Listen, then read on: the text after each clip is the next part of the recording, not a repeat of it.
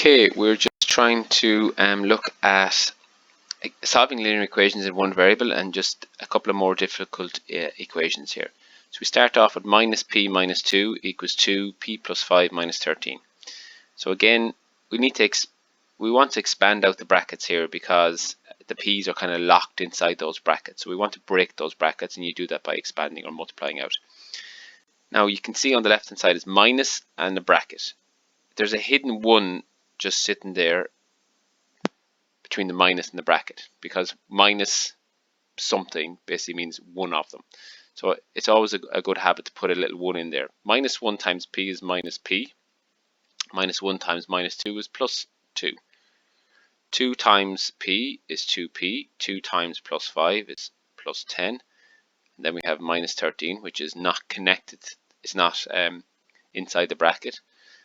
So again, when we have this, we reassess and we say, okay, how can we simplify this? Okay, we can simplify before doing anything else by just 10 minus 13 is minus 3. So you're putting like terms together there. So now we have minus p plus 2 equals 2p minus 3. Like we said in the previous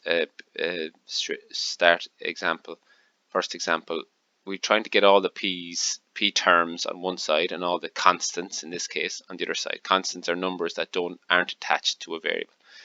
So we're going to get them all on the left hand side. Now again, it doesn't matter left hand side, right hand side. We're going to minus 2p from both sides, because at the minute we have a plus 2p.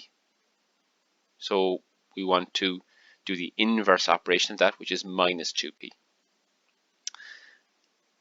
So now we end up with minus 3p plus 2 on the left hand side, and we end up with minus 3 on the right hand side.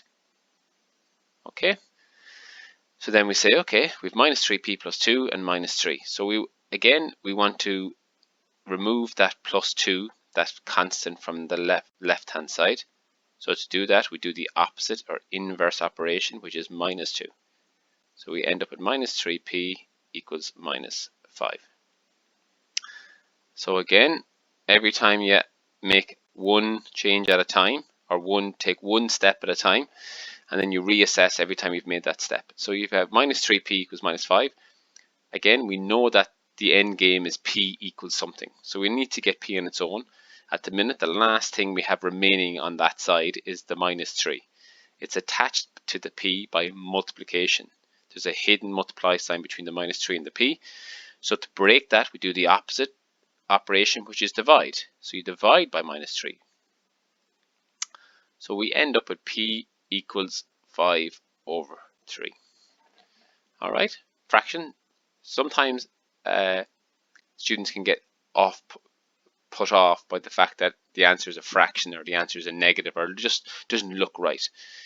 The only way for you to be sure whether you're right or not, obviously if you follow this procedure correctly, you're very confident that you're correct.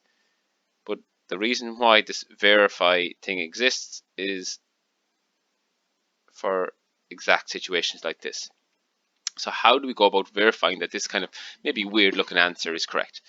So what we do is, like we said already, you take out every p and you sub in what you think is the correct solution. All right. So when we do all our calculations, we end up with 1/3 on the left hand side and 1/3 on the right hand side. You just put the left hand side into your calculator if you wish, press equals, you get a third. Same on the right hand side, put that all into your calculator, press equals, you get a third. So we have verified that p, the solution to this equation, is p equals 5 over 3.